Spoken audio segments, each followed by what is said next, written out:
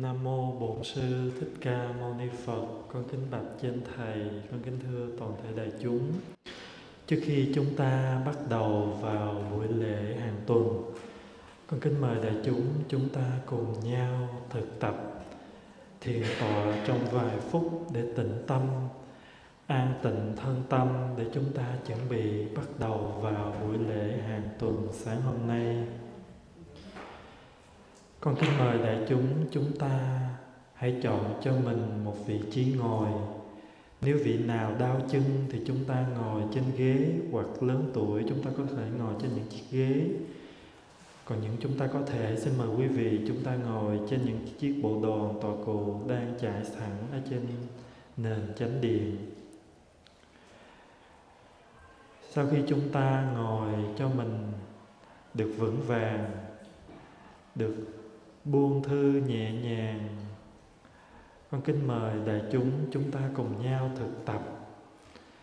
Đại chúng mình có thể khép nhẹ đôi mắt lại, hoặc nếu trong giờ phút này chúng ta hơi uể oải mệt mỏi thì đại chúng ta có thể mở nhẹ đôi mắt mình ra và nhìn xuống dưới chóp mũi.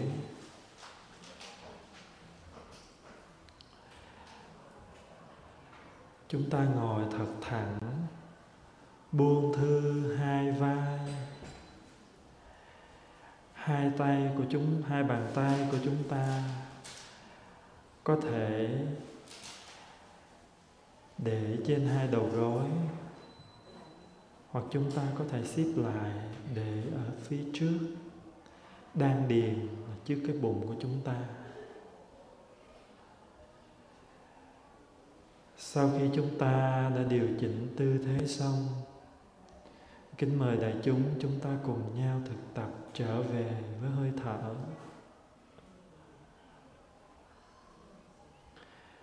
Thở vào, chúng ta ý thức đây là hơi thở vào. Thở ra, chúng ta ý thức đây là hơi thở ra. Vào, ra.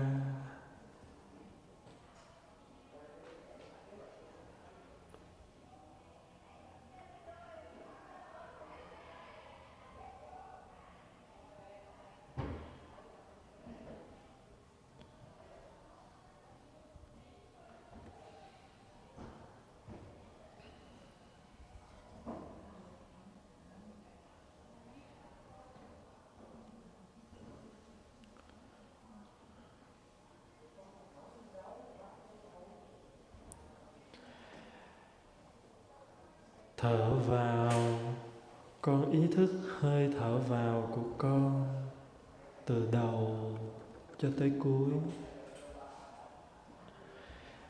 Thở ra, có ý thức hơi thở ra của con từ đầu cho đến cuối.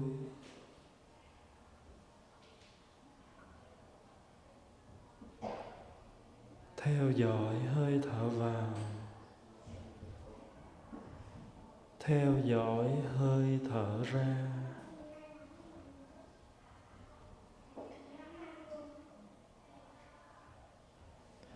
Breathing in, I follow my in-breath from the beginning to the end. Breathing out, I follow our breath from the beginning to the end. Follow in breath and follow out breath.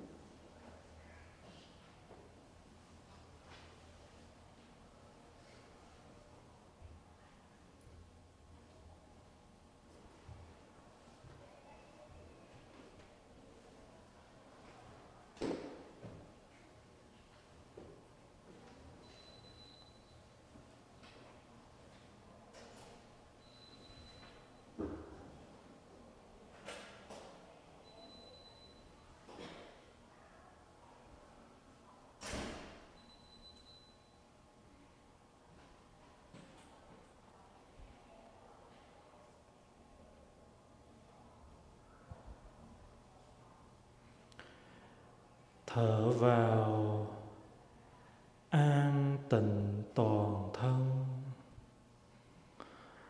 Thở ra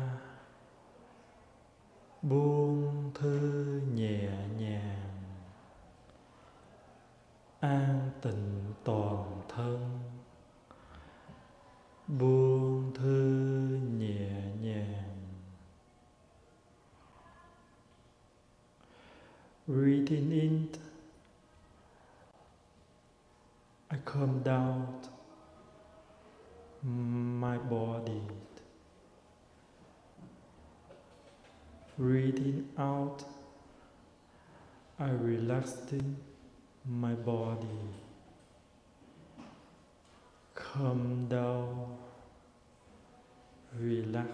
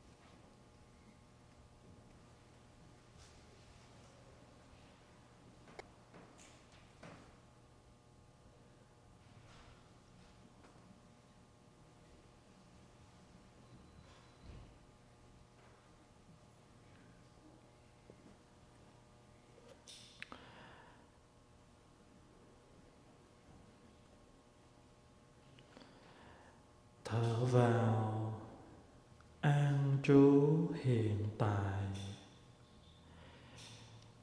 Thở ra hiện tại tuyệt vời. An trú hiện tại tuyệt vời. Breathing in, I am in the present moment. Breathing out, this is a wonderful moment. In present moment, out, wonderful moment.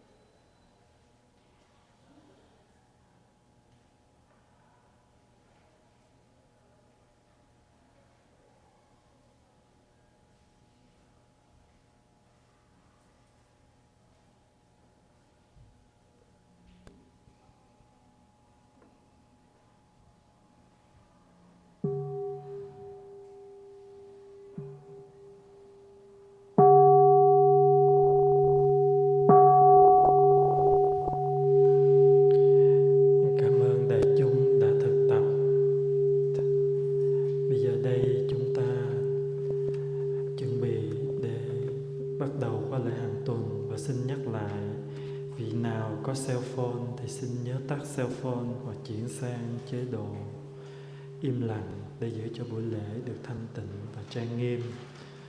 If you have your cell phone, can you turn off your cell phone or turn to the silence? Thank you.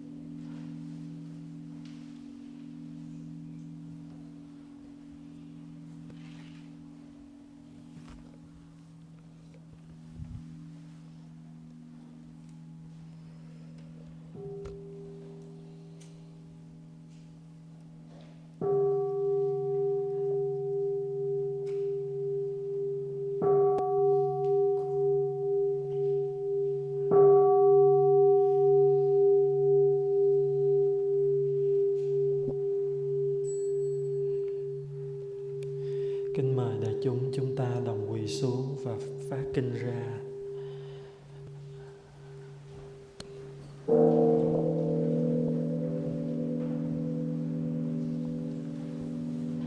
Kính mời đại chúng ta mở kinh trang số 0. Please open the chanting book on page 0. Trầm hương đô sống ngang mười phương, nguyện kinh đương nghiêm từ vô lượng, cầu xin chứng bánh thành chúng con. Vần khói kết mây lành cúng dường, đạo nhiệm mau đã lan truyền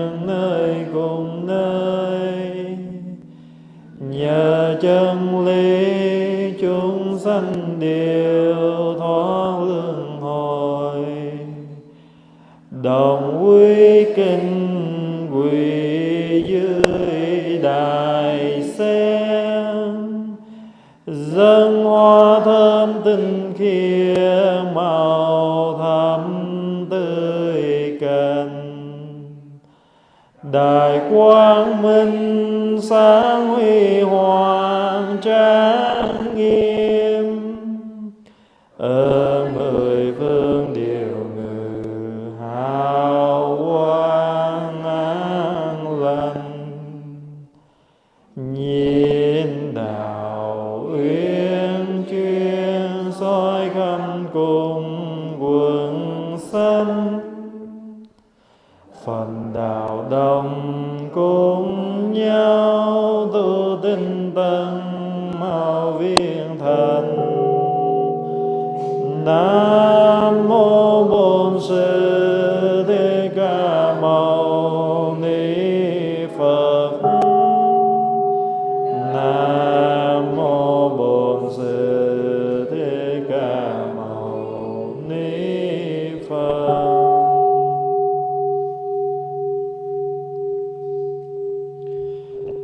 Xin cho khói trầm thơm kinh thành mấy năm xăng, dâng lên khắp mười phương, cúng dường vô lượng bùng. Vô lượng chư Bồ Tát cùng các thánh hiền tăng, nơi pháp giới dung thông kênh đài sen rừng rờ. Nguyện làm bạn đồng hành trên con đường giác ngộ. Xin mọi loài chúng sinh từ bỏ cõi lãng quên theo đường giới định tuệ, quay về trong tỉnh thức. Chúng con kính dâng hương cúng dường lên bụng và chư vị Bồ Tát.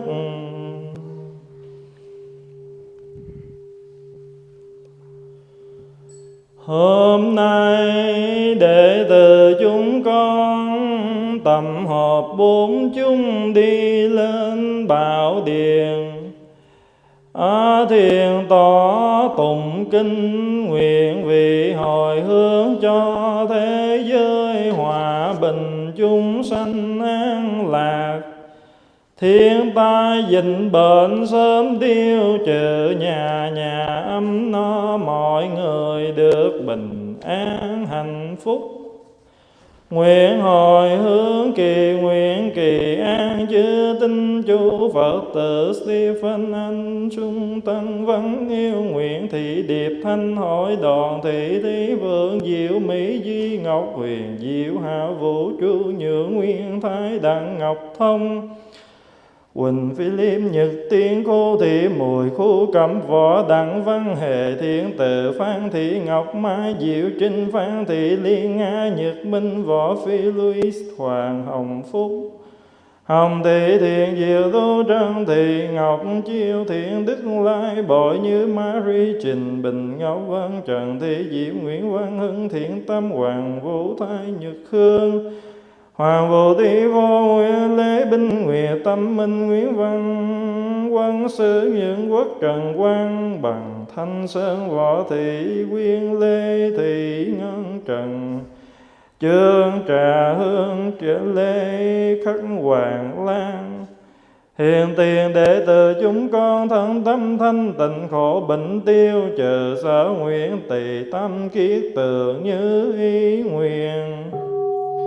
Lại trong pháp duyên này nguyện xin hồi hướng siêu tiên chư vị hương linh qua vãng trần ngũ quân Lê Thị Nguyễn Thị Liên Quảng Hoa La Phương Danh Lê Ngọc Diệp Từ Thế Nguyện Thị Thu Diệu Chân Hương Linh Trần Thanh Phương Quảng Minh Nguyễn Văn Thành Phạm Thị Thu Nguyễn Văn Hội Bùi Văn Giáo Lê Thị Sang Tự An Tịnh Âu Triệu Thành Nguyện ăn dùng pháp danh nguyên cảm Quỳnh Thị Thôi Hòa Hào Liêu Quỳnh thị chúc đình văn đàm.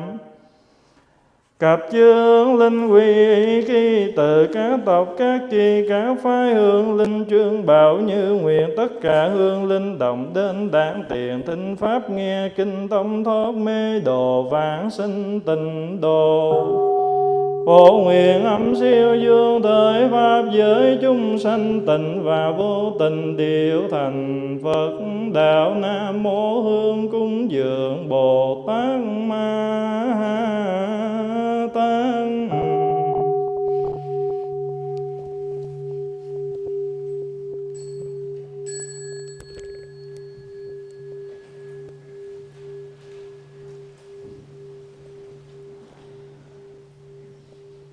The one who bows and the one who is bowed to are both by nature empty. Therefore the communication between them is inexpressibly perfect. Our practice center is the net of Indra, reflecting all Buddhas everywhere. And with my person in front of each Buddha, I go with my whole life for refuge.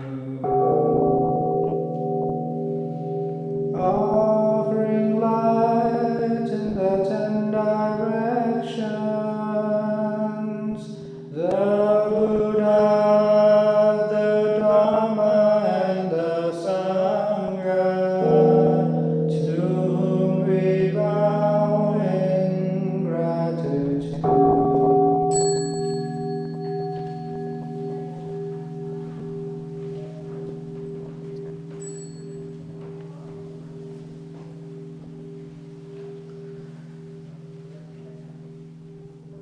Teaching and living the way of awareness in the very midst of suffering and confusion. Shakyamuni Buddha, the fully enlightened one, to whom we bow in gratitude.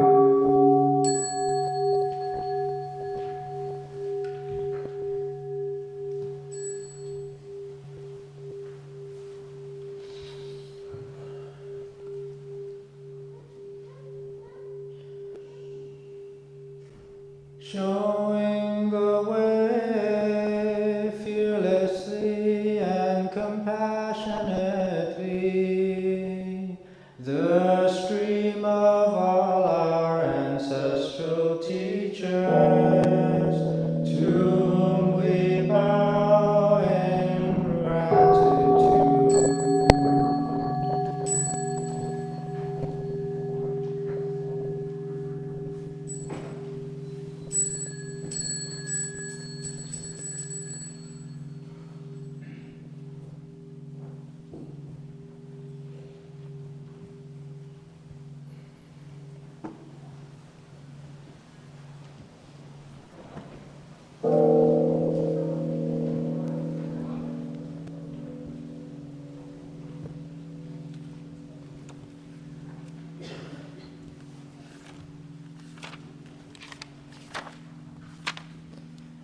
Dạ, con kính mời đại chúng ta mở kinh trang số 4. Please open the chanting book on page 4.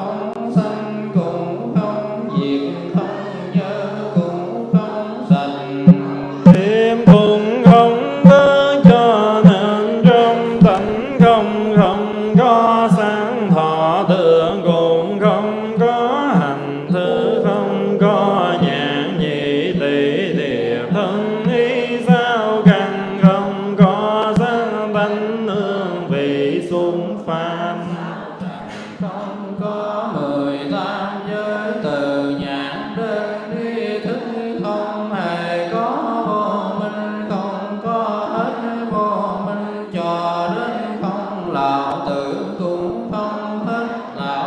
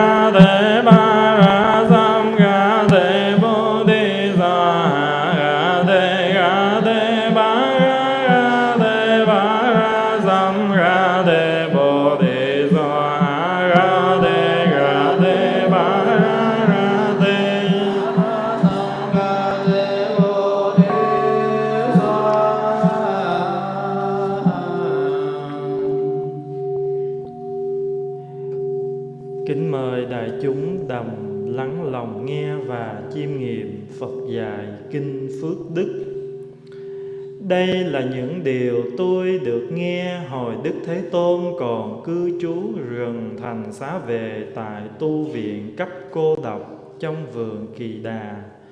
Hôm đó trời đã vào khuya, có một vị thiên giả hiện xuống thăm người. Hào quang và vẻ đẹp của thiên giả làm sáng bừng cả vườn cây. Sau khi đảnh lễ Đức Thế Tôn, vị thiên giả xin tham vấn người bằng một bài kệ. Thiên và nhân thao thức muốn biết về phước đức để sống đời an lành, xin Thế Tôn chỉ dạy. Và sau đây là lời Đức Thế Tôn.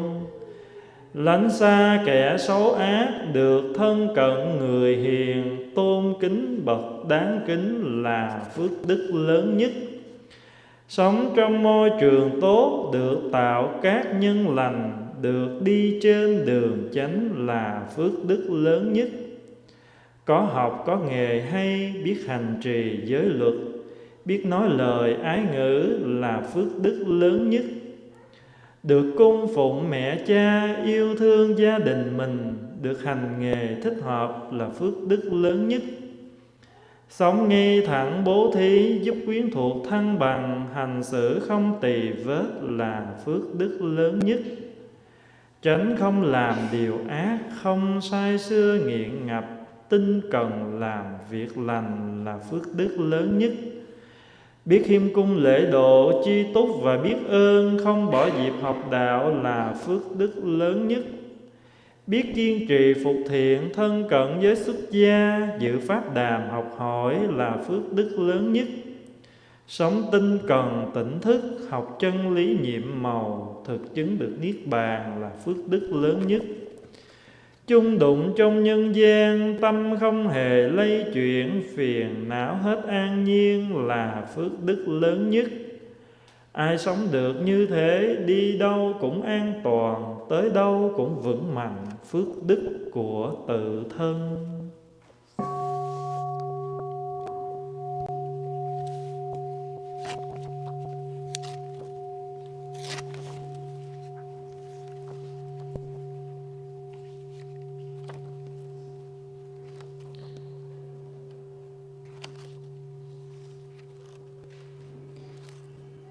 Dear Sangha, we invite you to listen deeply and to contemplate with all of your heart the discourse on happiness.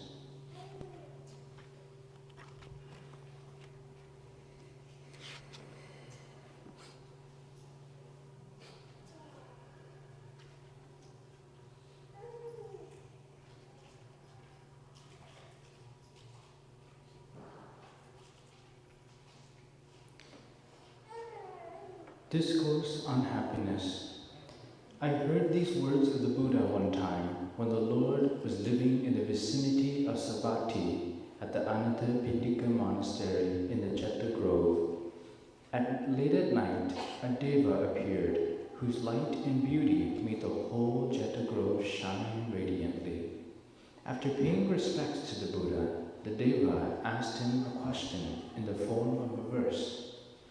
Many gods and men are eager to know what are the greatest blessings which bring about a peaceful and happy life. Please, Tathagata, will you teach us?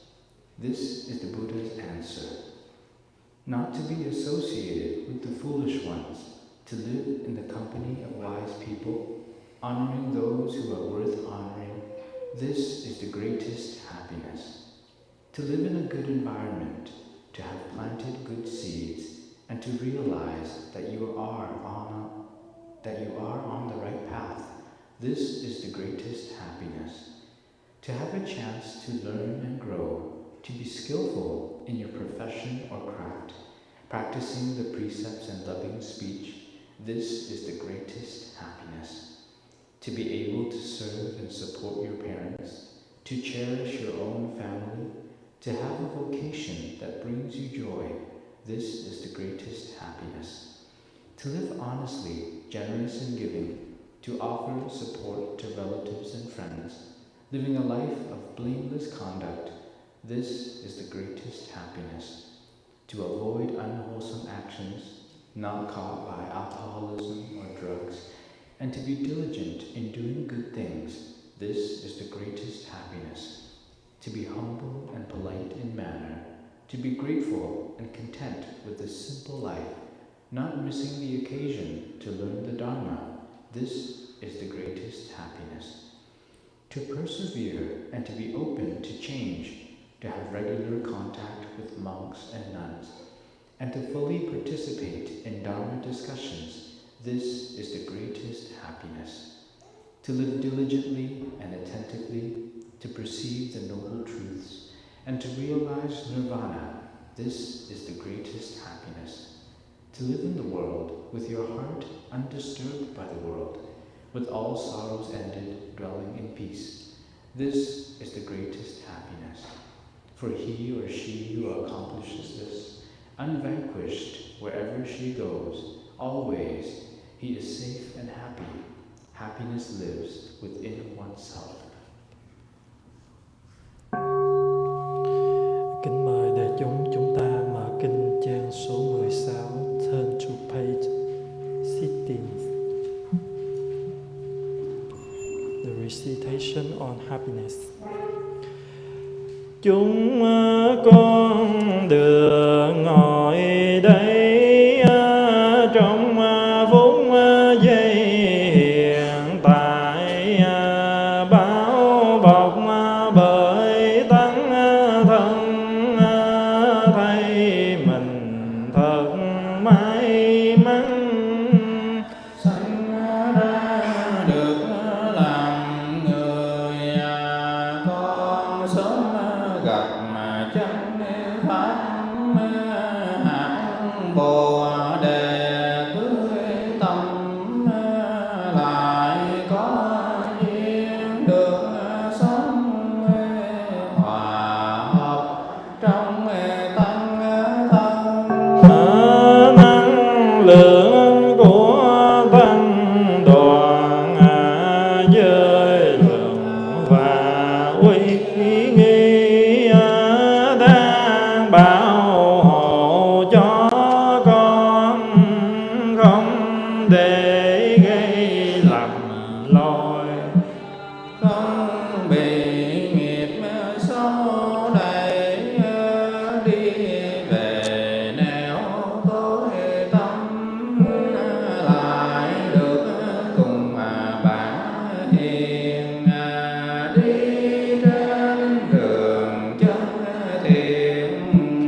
Có ánh sáng chiếu soi của Bồ và Bồ Tát, tuy có mặt trong con những hạt giống khổ đau, phiền não và tập khí, những chánh niệm hiện tiền vẫn thường luôn biểu hiện, giúp cho con tim sung với những gì màu nhiệm có mặt trong tự thân, và có mặt quanh con sao căn còn đầy đủ,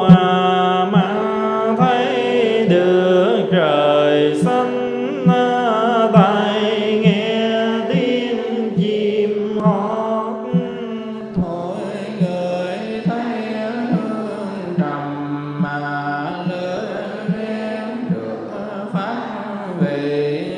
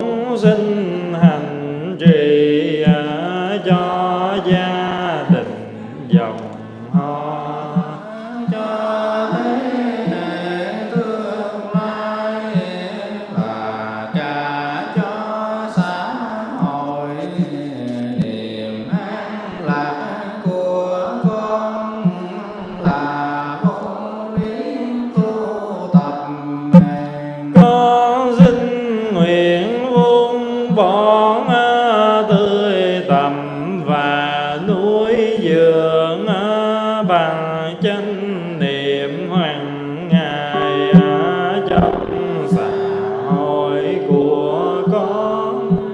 Bao nhiêu người đau khổ chìm đắm trong năm dục ganh ghét và hận thù, thấy được những cảnh ấy Quyết tâm hành trì điều phụng những tâm hành tham đắm và giận ghét, tận khả năng lắng nghe và sử dụng ái ngữ để thiết lập truyền thông, tạo nên sự hiểu biết, chấp nhận và thương yêu.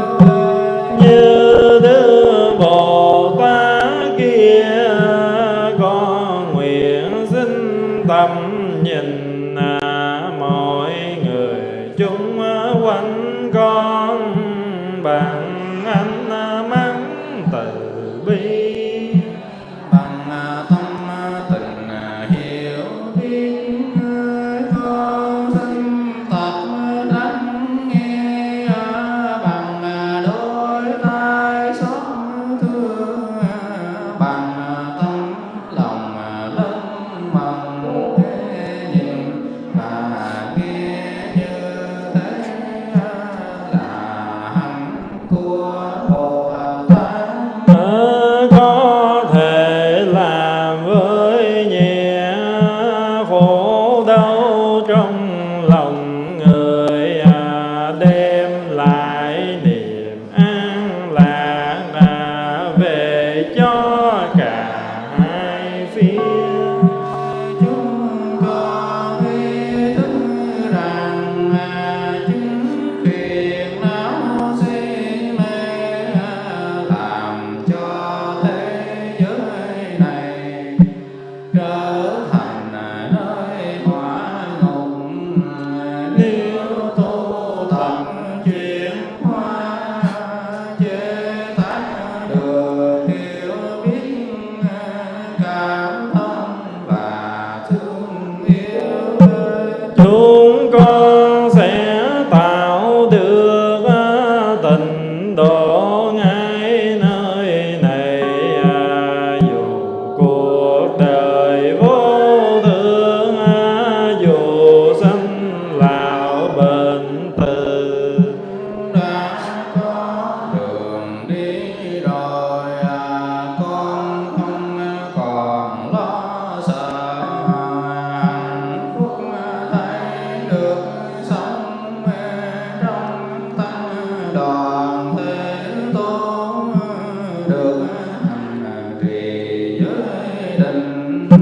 Sống vững chãi thành thơi trong từng giây từng phút của cuộc sống hàng ngày, và dừng tin tham gia Tạo sự nghiệp độ sinh của Phật và Bồ Tát.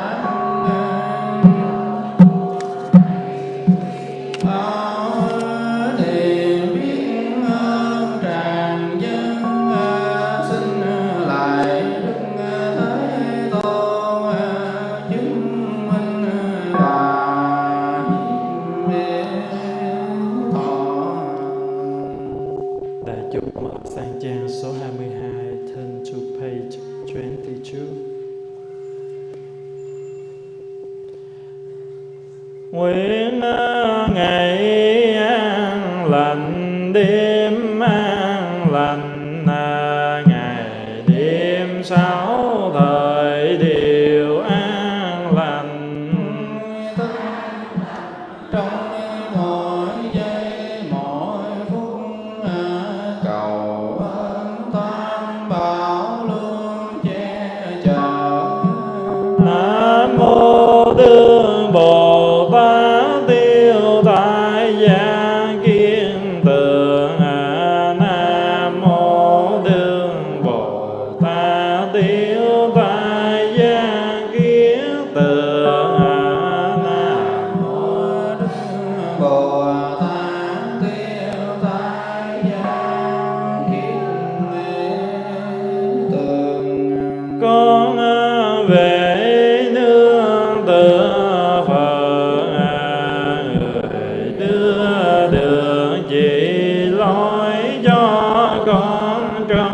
cuộc đời. Con về nương tựa pháp con đường của tình thương và sự hiểu biết. Con về nương tựa tăng toàn thể của những người nguyện sống cuộc đời tình thương, chỉ tụng kinh thánh diệu, Tạo công đức vô biên để tự sinh hồi hướng cho chúng sanh mọi miền. Pháp môn sinh nguyện học, nguyện sinh nguyện đền phiền não, sinh nguyện đoạn quả phận sinh chứng nên.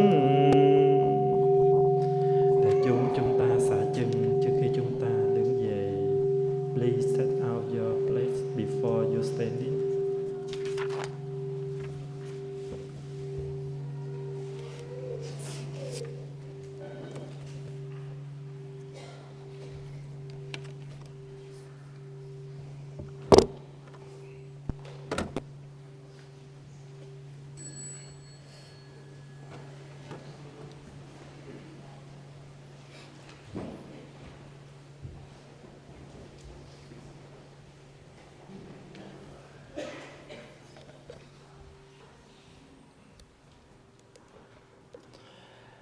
Đệ tử chúng con mang ơn cha mẹ sanh thành quân dân bảo hộ, cúi đầu kính lễ tam bảo thường trú trong mười phương.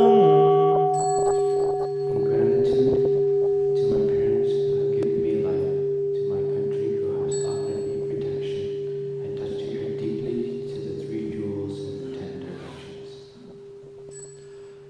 Đệ tử chúng con mang ơn sư trưởng giáo huấn liệt vị tinh thi đàn na, cúi đầu kính lễ tam bảo thường trụ trong mười phương. In gratitude to my teachers who have shown me the way, to all friends who have supported me on this path, I touch the earth deeply to the three jewels in the 10 directions. Đệ tử chúng con mang ơn mọi loài chúng sinh, cây cỏ cầm thú và đấng đa, cúi đầu kính lễ tam bảo thường trụ trong mười phương.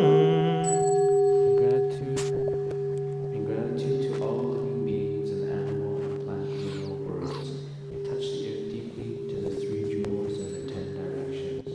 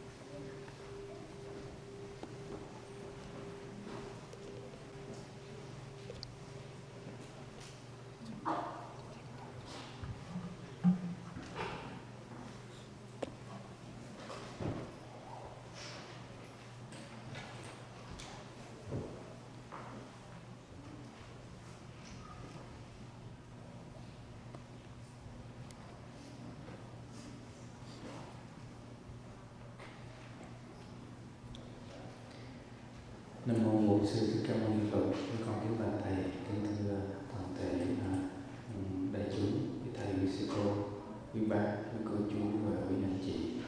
Trước khi chúng ta bắt đầu buổi chia sẻ Phật pháp bằng tiếng Anh hôm nay, Con xin kính mời đại chúng cùng chắp tay để niệm Phật 3 lần.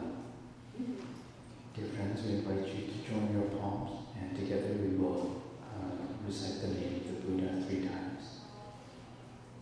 Nam mô Bổn Sư Thích Ca Mâu Ni Phật.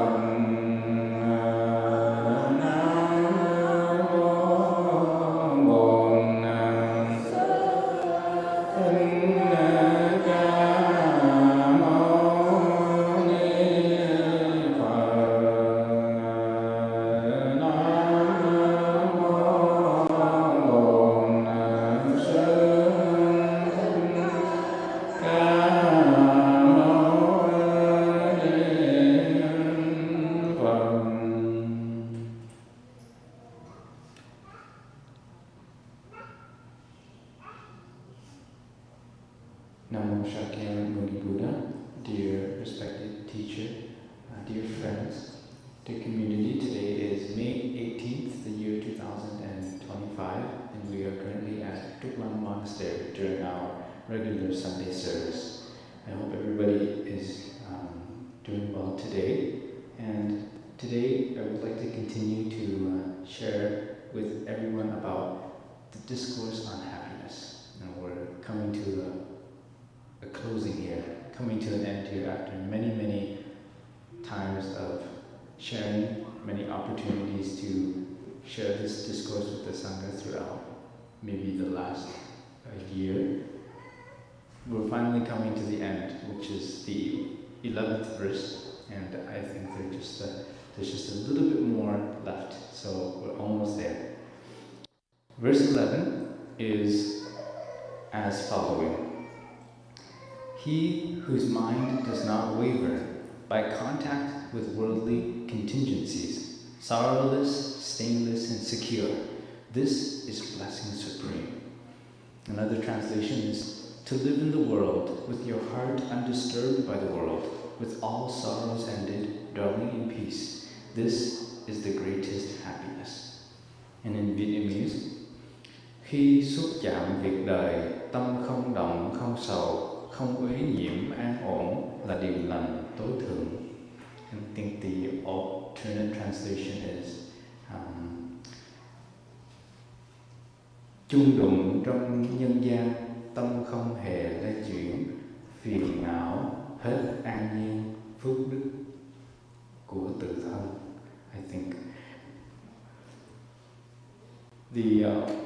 this discourse, you just heard it being read a few minutes ago when we were listening to the main discourse that we usually listen to for our Sunday service. So you heard it in English and you heard it in Vietnamese, so we all know the context of this teaching. We know that the Buddha was staying at Jetavana, a monastery offered by a lay benefactor named Anathapindika. And I shared about Anathapindika before, a disciple of the Buddha, who was one of the two main benefactors of the Sangha. That means he was a very wholehearted disciple of the Buddha, and he took care of the Buddha and the monks with all of his heart. And the Buddha and the monks helped Anathapindika to learn the Dhamma. The Buddha and the monks taught the Dhamma to Anathapindika. And in the end, Anathapindika passed away in a very beautiful way. When he passed away by the presence of a few of the Buddha's great disciples. And there was some pain in his body, but he was guided through a meditation which helped him to be able to let go of that pain and to be able to pass away very peacefully. And this is in the discourse to be given to the sick. So maybe on another opportunity we can learn about Anathapindika's story. But just for our new friends who might not have heard about this benefactor, Anathapindika, he was called Anathapindika because he was a person who is very wealthy, but he did many charitable things, and he cared for many people in the city of Savatthi, and he donated to the poor, he helped the hungry, he gave medicine to the sick, gave food to the hungry, gave medicine to the sick, and he especially cared for seniors and vulnerable, people who are more vulnerable, and that's why they called him Kakkoda, the one who takes care of the lonely, the vulnerable. So Anathapindika offered this grove to the Buddha, and the story is a very legendary story. I think I had the chance to share it one time before, and maybe it won't hurt to tell the story again. In the time of the Buddha, when Anathapindika was given the chance to meet the Buddha and make an offering to the Buddha, he instantly wanted to offer to the Buddha a place for him and his Sangha. And Anathapindika saw a very beautiful park. And that park belonged to a prince named Jeta. So that's why we call it Jetavana. Jetavana means Prince Jeta's garden. Vana is like a park. So the Prince Jeta owned this garden, and Anathapindika wanted to offer this place so much to the Buddha. So he went to Prince Jeta and asked him if he could purchase this property. And Prince Jeta really loved that grove. He really loved his garden, so he wasn't really intent on selling it to Anathapindika. And Anathapindika was very earnest, and Prince Jeta, he just kind of said he would as a joke under one circumstance, and that is Anathapindika has to be able to lay as many gold coins as it takes to cover up the vicinity of that park, the ground of Prince Jeta's grove, and consider it a deal, consider it be sold to him. And he thought that Anathapindika wasn't going to do it, and he was initially only saying it as a joke. But then Anathapindika went home, and he emptied out his treasury and laid gold coins all over this park. And when Prince Jeta heard the news, he was very surprised, and he didn't expect that Anathapindika would actually do that, being the wealthiest man in Savatthi at that time. And he didn't understand why, and what was so good about the Buddha that caused Anathapindika to want to pour out all of his gold coins to cover that land, to buy it as an offering to the Buddha. And in the end, after Prince Jeta also had the opportunity to hear the teachings of the Buddha, both of them wanted to offer that grove to the Buddha. And he thought, my friend Anathapindika, if he is willing to put out that much of a fortune to buy this grove to offer to the Buddha, then the Buddha must be somebody who is very wonderful. So in the end, they made a deal, and that deal was, I, Prince Jeta, will offer the trees in the grove, and you can offer the land. So we make it a joint offering.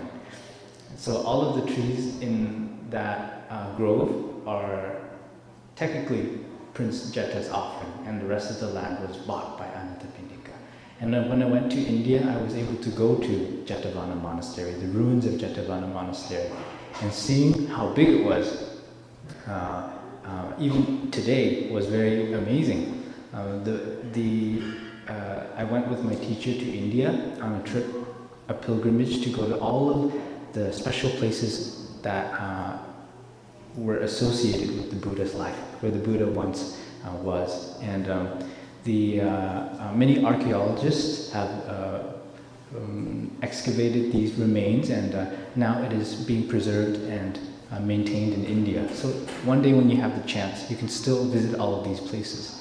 So just something cool, a cool story to share with you about Anathapindika. So this monastery was offered by Anathapindika and Prince Jeta. The Buddha spoke this during the night, and it was said that the Buddha slept very little during the night. And most of the time, the Buddha, he would only rest for a few hours in the night. And in the morning, he's giving teachings to his, in the day, he's giving teachings to his community and the people who come to see him. But at night, it is believed that the Buddha gives teachings to beings in the upper realms, the devas. So you hear in this discourse, a deva appearing, and his radiance made the whole Jeta Grove shine beautifully. And so the Buddha gave this teaching to a deva, and according to the commentaries, at the time of this teaching, there was a big question in both worlds, in our human world and also in the upper worlds. And that one question is, what is the greatest blessing? What is the greatest happiness? And people were discussing it, people were arguing over it, and they had their own answers, but no one really fulfilled it in a complete way. So this deva thought this deva thought that they would come down to ask the Buddha. And in this version of the story, it's a deva, which is a celestial being of an upper realm. But Buddhism has two different, more than two, but mainly two different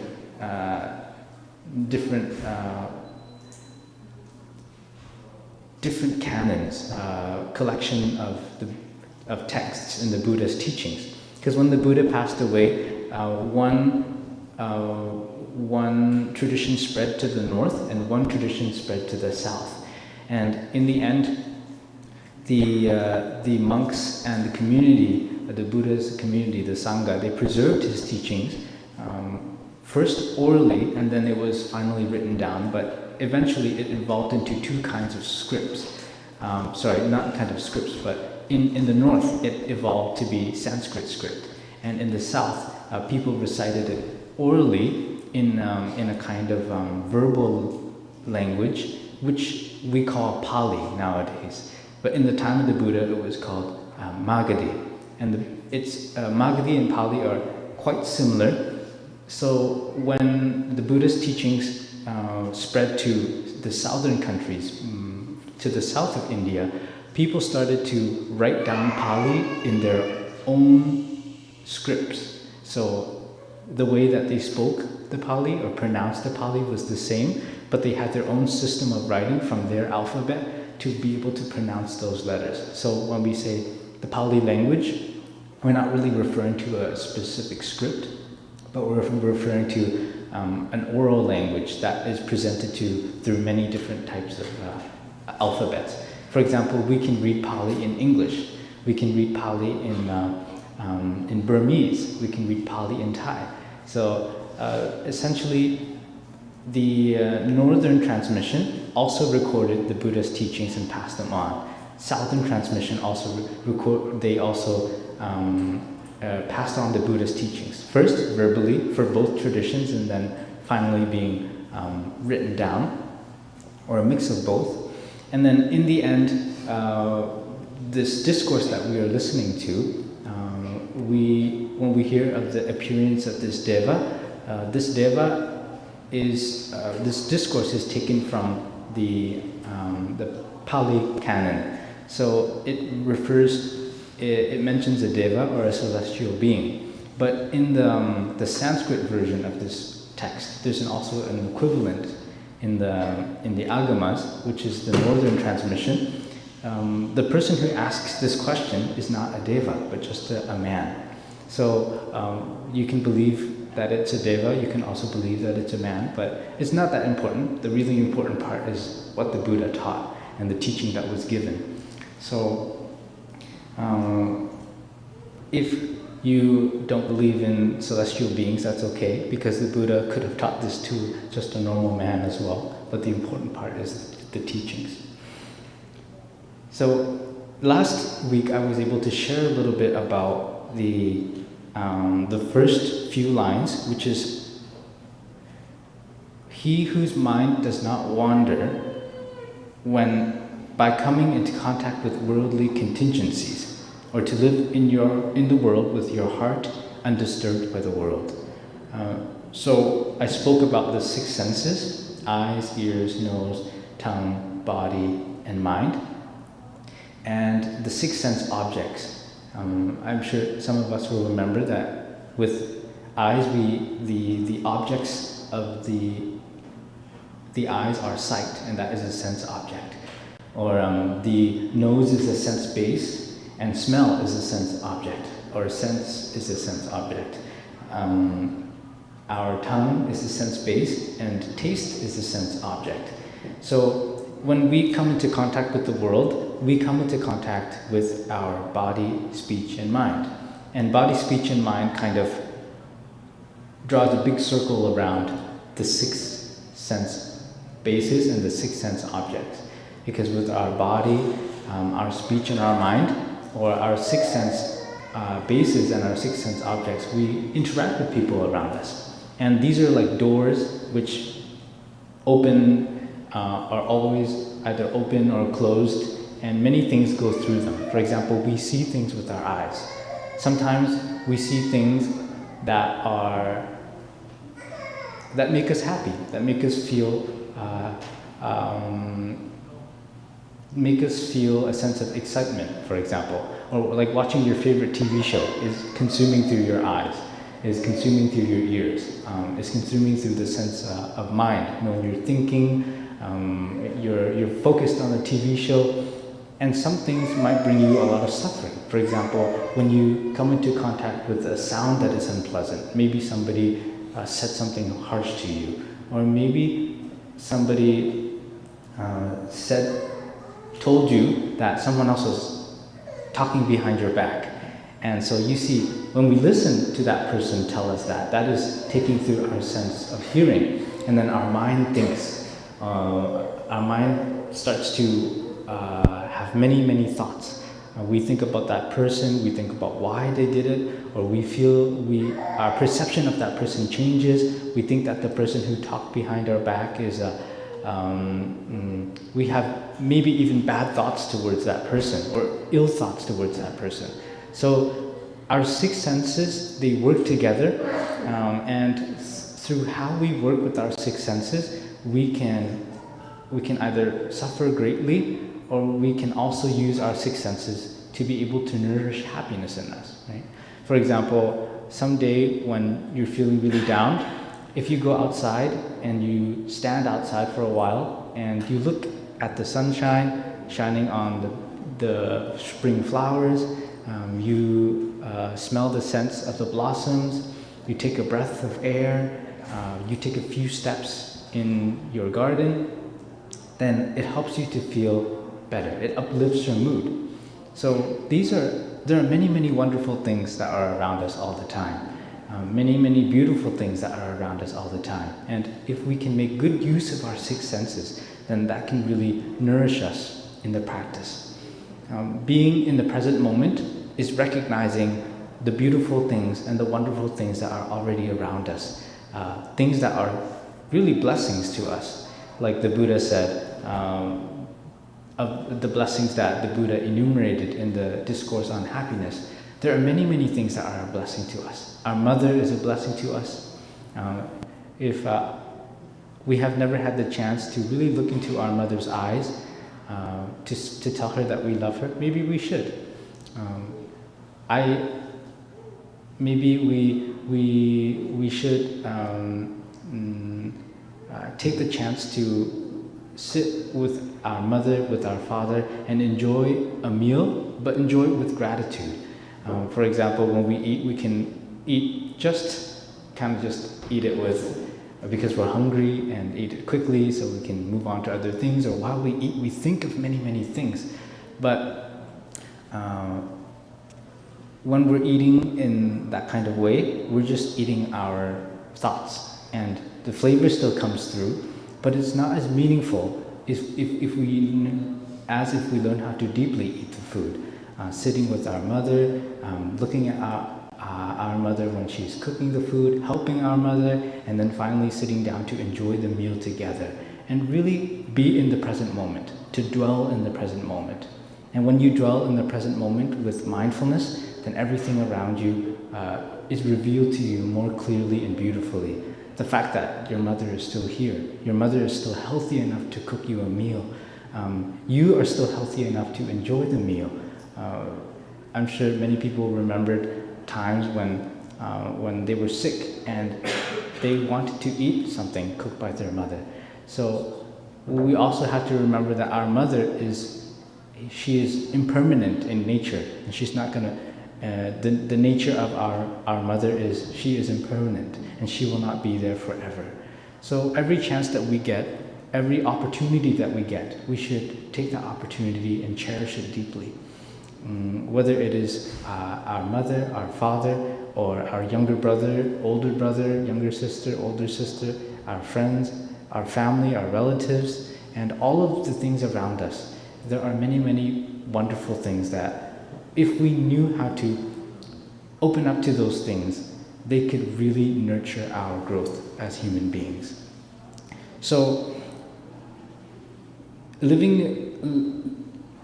being in contact with worldly contingencies but not wavering means that when we come into contact with negative things, it doesn't have enough power to cause us to suffer too much, or it doesn't cause us to change for the worse.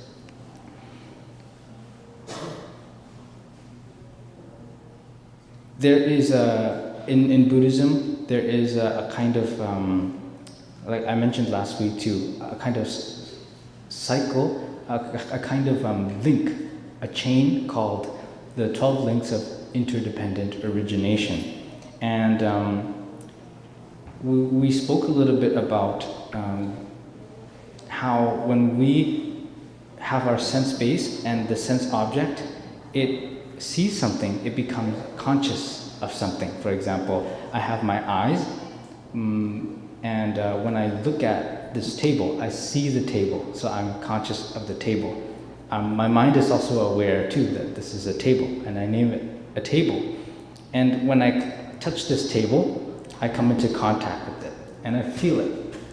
And when I have this feeling, I could either just take it as it is, or it could create me some suffering. For example, if this table is just at the right height, and next time this table breaks and I have a table that's much shorter, then maybe I won't be used to it. And if I stand here and I have to put my text on this table, there's a feeling of difference. And if I focus on that feeling of difference and that feeling of disliking the height of the new table, then that can make me suffer.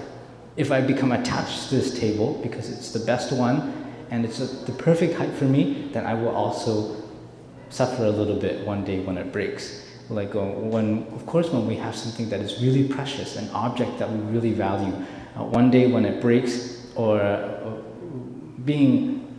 something breaking is normal, right? But one day when it does break, we will feel a little bit sad that it has broken, and we cherished it so much. So the contact, the feeling can produce a kind of craving or a distaste. And distaste can also cause us suffering, and craving can also cause us suffering. When we really, really want something and we don't get it, that's a kind of suffering. And when we really hate something, but it always comes to us, that's another kind of suffering. So from this craving, if we choose to push it away or to have distaste towards it, that can create suffering. That's unskillful. But if we crave for it, then it generates something called the next step of the link, which is clinging. And clinging is the attachment to the table, and possibly becoming, which is I try to find a table that is at the exact same height again and buy the same table. And that's going to be a lot of work for me, unless they make these tables. They make these tables in factories, and there are many of them. But if this was a custom-made table, then I would have to go to the person who made this and ask if they could try to make it, or contact someone else who could try to make the same table for me. So this generates becoming. And the 12 links of interdependent origination explain the cycle of how we as human beings become, the cycle of birth and death. And so the key of the practice is to be able to break that chain, when, especially at the feeling part, at the craving link, by applying mindfulness, by applying clear comprehension and equanimity. For example, when we are mindful, mindfulness means being present and being aware of what is happening in that moment. And we comprehend clearly the nature, we understand the nature of what is happening. And we practice equanimity, which is not being shaken or pushed around by these unpleasant or pleasant states of mind. Rather, we have a more of a stable mind that is not affected by this pleasant or unpleasant feeling. For example, if I broke my favorite teapot, as I break my favorite teapot, being mindful is very important during that moment, because mindfulness can help me in a lot of ways. Firstly, when I break that teapot, I know the first thing to do is to sweep it up, so then people don't step on the shards that have broken all over the ground, and that's mindfulness coming into play. And clear comprehension is kind of understanding that, okay, the teapot has broken, and if it's not going to break today, it's going to break on some other day, or it will break. So understanding the nature of the teapot and seeing that it's impermanent helps me to feel a lot less heaviness in my heart. And in the end, practicing equanimity means if I feel a little bit sad that I broke that teapot, then I shouldn't dwell on that sad feeling too much. Especially if that teapot was sentimental. Because the truth is, the nature of the situation is, it's not reversible. We can try to put it together, but it won't look like it is before. And although this teapot was given to me by someone who I really care about and it has sentimental value to me, but even if I try to put it together, it will not be returned back to its original state in the way that I really desire it to be. And that's just something I have to accept. And when we see that situation in an equanimous way, that means that we don't sit there for an hour and dwell on the fact that the teapot is broken. Or every time we feel, maybe after you break that teapot, a few days down the road, or next month down the road, you reach to make tea, and then you realize that, oh man, I broke that teapot. That was really, really valuable to me. And then this feeling of regret comes up in your heart. And how we deal with this feeling of regret is what determines our capacity to break the chain. So if we deal with that feeling in a way where we continue to sulk, we continue to dwell on that feeling, and we always beat ourselves up for it, that we broke it, that we were not careful, and so on and so forth, then it becomes extra suffering for us because the teapot is already broken. But if we see whenever that regret or that sorrow comes up in us, and we embrace it with mindfulness, then it can alleviate that suffering. So when you feel like you have some kind of regret in your heart, one thing you can do is to observe that feeling of regret. Not indifferently, but to observe and embrace it just as it is. Because, for example, you were sitting on a riverbank, or you're sitting by a waterfall. A waterfall is a better example. The water is rushing very, very fast, very violently, and as long as you're sitting on the outside, on the bank and observing the water rushing, you're safe. But if you put your foot into the waterfall, or you step into the waterfall, then the waterfall is going to carry you away. So sitting on the bank, although there's no guarantee that we're not going to get wet. Of course, there's going to be a few splashes on our shirt. We're going to get a little bit wet from sitting near a waterfall. And it's just the way life is. If we don't jump into it, we'll be safe. So with our feelings, it's the same. Sometimes mindfulness is being able to observe your feelings and to take care of them, to embrace them just as they are. When regret arises in your heart, you can breathe, come back to your breathing to ground yourself. Breathing in, I am aware that there is the feeling of regret. Breathing out, I'm taking care of that feeling. Or you can do that to your anger as well. Instead of reacting right away, we respond to our anger by recognizing whenever there is a feeling of anger. And this takes practice. Whenever we feel anger in ourselves, instead of reacting right away, we come back to our breath and we say, breathing in, I know there is a feeling of anger. Breathing out, I'm taking care of this feeling. I embrace my anger. And when we're able to see our feelings in this way, our feelings start to calm down.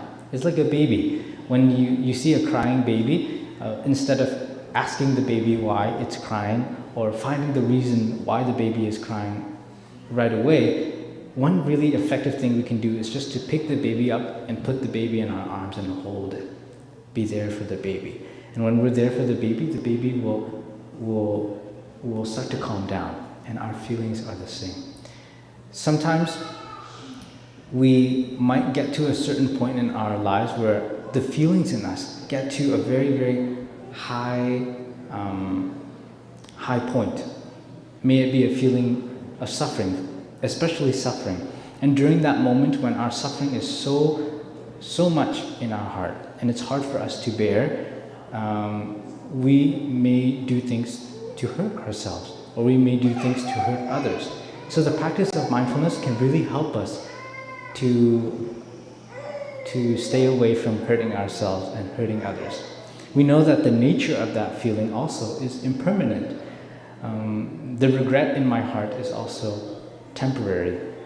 We're not going to be always regretful or remorseful. But sometimes when happy things happen, we will also be happy as well. So we recognize that all of these feelings, they're just like clouds in the sky, and they move by, and none of them will dwell there forever. So especially with a lot of our young friends nowadays, and my friends as well, I've known some people in my life who have taken their lives, and during a moment of intense suffering, one of the best things that you can do, a really wonderful skill to have, is to be able to practice mindfulness with your feelings, to observe them, and always to remember that the feelings are in nature. They come and go, just like the clouds in the sky. And during the times when there are no clouds in the sky, we enjoy the sunshine. We make the best out of that time. So then during the days when it is dark, when it is cloudy, we are not indifferent, or so we do not reject those days, but we also embrace those days with compassion. And life is like, I always share about the two sides of one coin, which is life is just like that. There is suffering and there is happiness. There will be cloudy days and there will be sunny days. So living skillfully means to be able to enjoy the best of both, or to embrace the best of both. So the practice that we try to practice is being mindful, comprehending the nature of whatever it is, and then practicing equanimity towards it. So equanimity is sitting on that bank and just watching it go by. If we see, we can just say, this is just seeing. If we hear something, we can say, this is just hearing. And when we have a thought, we can just say, this is just a thought. It might not be actually the way we think it is. And doing this doesn't make us distance ourselves from others, or it doesn't make us into a cold or unconsiderate person. But we have to find the balance, I guess, in the practice. Whenever we see something, there are some things that are just best seen to be seen. Some things are best heard just to be heard, and there are some things that are not everything that we think is always correct and always right. So not dwelling or being attached to what we see, not being attached to what we hear, not being attached to what we come into contact with through our six senses, through our body, speech, and mind. And not being attached here means we draw the fine line when these things create a suffering. For example, if we like eating hot chili peppers for the taste, and we eat them a lot, up to the point where when we go get checked out by the doctor says, okay, you gotta stop eating chili or hot spicy food because it's ruining, it's not healthy for you, and I already see some irreversible effects on your body. So that's where we draw the fine line, where these simple things become kind of attachments that we cannot get rid of, and in the end those attachments can cause us a lot of suffering. So when we do this, we're able to remain free and unattached in a healthy way, not dragged into this cycle of suffering. As the Buddha also said, in the seen there is only seen, in the heard there is only heard. And this is the training. When sense contact happens, we don't get lost in it.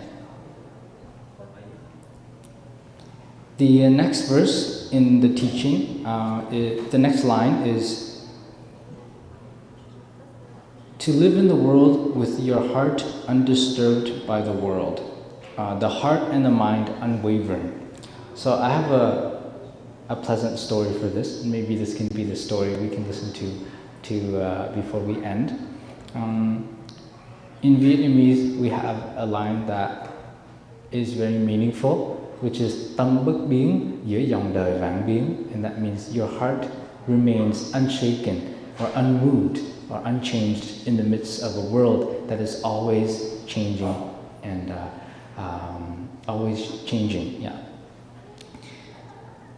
There's a story, a very famous Zen story about a poet, a great Chinese poet named Su Dong Po, and in Vietnamese his name is To Dong Pha. And Su Dong Po was a very famous Chinese poet who lived in the Song dynasty. He was also a Buddhist practitioner, and that he followed the teachings of the Buddha, and he was very, very actually well learned in the Buddhist teachings. And he was also very good friends with the Zen master Phổ Yin. And Zen master Phổ Yin is in Vietnamese is Phật Ấn Thiền Sư. And Zen master Phật Ấn temple was on one side of this river, and Su Dong Po's house was on the opposite side of the river. So they were pretty close to each other. The only distance that kept them apart was the river in between their house, their places of residence.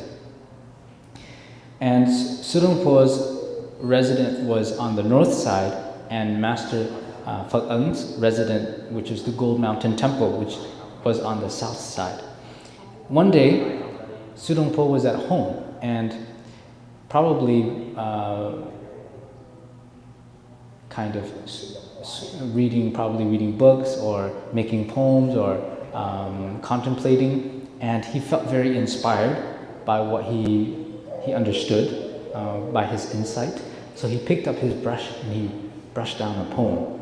And this poem is loosely translated as, I bow my head to the Buddha, the one whose light illuminates the universe. The 8 winds cannot move me, sitting still upon the purple golden lotus. So in this moment, somehow, To Dong Pha, Su Dong Po, he felt like he was able to touch the truth in the Buddha's teachings concerning the 8 winds, or the 8 worldly concerns. And the 8 worldly concerns are 4 pairs that have very much to do with us in the world. The first pair is gain and loss, getting what we desire and losing what we hold dear. The second one is fame and disrepute. So being famous and then being recognized and praised, and then the opposite of that is feeling insignificant or experiencing public disgrace or embarrassment. The third one is praise and blame. We receive positive recognition, and at the same time, there are times when we will receive criticism from people. Pleasure and pain, and these are two. This pair is very, very, very big in our lives. Pleasure and pain are two states of being, experiences that come and go in our lives. And life is, the experience of life is characterized by both of these experiences, and also a neutral experience as well. So these are the 8 winds. And because if we don't know how to live mindfully, these 8 winds will move us. Like I said earlier about being mindful, seeing the nature of things, and having the practice of equanimity. If we can't practice equanimity, then we will be very easily moved by these 8 winds. So he brushed down this poem. I bow my head to the Buddha, whose light illuminates the entire universe. The 8 winds cannot move me, sitting still upon this purple golden lotus. So he was very impressed with the poem that he wrote. And he asked one of his house servants to hand carry that poem across the river on a ferry to present that poem to his friend, Master Phật Ấn, Master Phổ Yin. And he was sure that Master Phật Ấn had something good, or some kind of, he was going to, hopefully he wasn't looking for recognition after what he said about the 8 winds not being able to move him, but he was probably interested to see what Master Phật Ấn reaction to that poem was going to be. So after the servant carried the poem to the temple, the master, he read the poem, and immediately he saw that he felt like this poem has a sense of a little bit of arrogance in it. Both a tribute, of course, to the Buddha, but also some kind of a declaration of his own spiritual attainment, or his level of spiritual refinement. So Master Phật Ấn understood that Do Dong Fa wanted to say that he's at a state of practice where these things, praise and blame, gain and loss, happiness and suffering, can no longer affect him. So what the master did was he smiled. He smiled, he picked up his brush, and he wrote at the foot of that poem the word fart. Like a stinky fart. He wrote the word fart. And he put the poem back into the letter that it was encased in, and asked the servant to carry it back across the river to Do Dong Fa. And when Do Dong Fa saw the poem come, he was very eager to know what his friend had to say about his poem.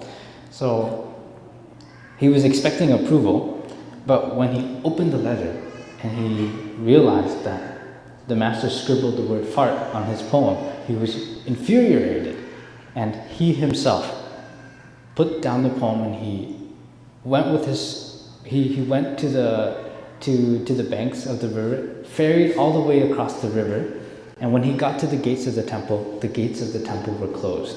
But on the gates of the temple, there were 2 lines of letters. And that was, the 8 winds cannot move you, but one of my farts blew you all across the river. And this stopped him cold, right in his tracks, right in front of the temple. And he realized that he just contradicted himself. And he was very, very angry during that moment, but then realizing that he contradicted himself, he learned a lesson that day. And from then on, he was more humble, and he never dared to say anything to express, I guess, his spiritual attainment or his spiritual development in a boastful way from then on. And he became a man of humility, not boasting his virtue. So this, we can see through this story that it's very easy for us to know the theory of the practice, but when it actually comes into practicing, we are often catching ourselves. We think that we're okay to practice it, but often when we actually practice it, it's more difficult than we think. And being undisturbed by the world means if during that moment when he opened the letter and he saw the word fart and he said, instead of becoming angry and reacting and going all across the river and getting to the gates of the temple because of his anger, but if he had just been more mindful in the first place, he wouldn't have reacted in that way, and he wouldn't have contradicted his own poem. And if we rewind back further, then we can see that if at first when he felt like he was happy with his own attainments, if he just kept that to himself, or he had just observed and enjoyed his insight by himself and not brushed down that poem, then also in the end things would have turned out differently.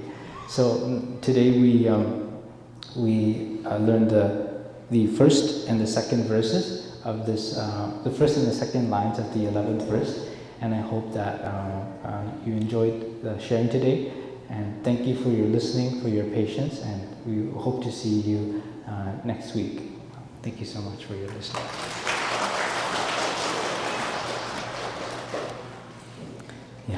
Xin mời đại chúng ta chắp tay để hồi hướng. Nguyện đem công đức này về khắp tất cả đệ tử và chúng sanh đều trọn thành Phật đạo. Kính mời đại chúng sáng chân, please release your legs, và tiếp theo mình sẽ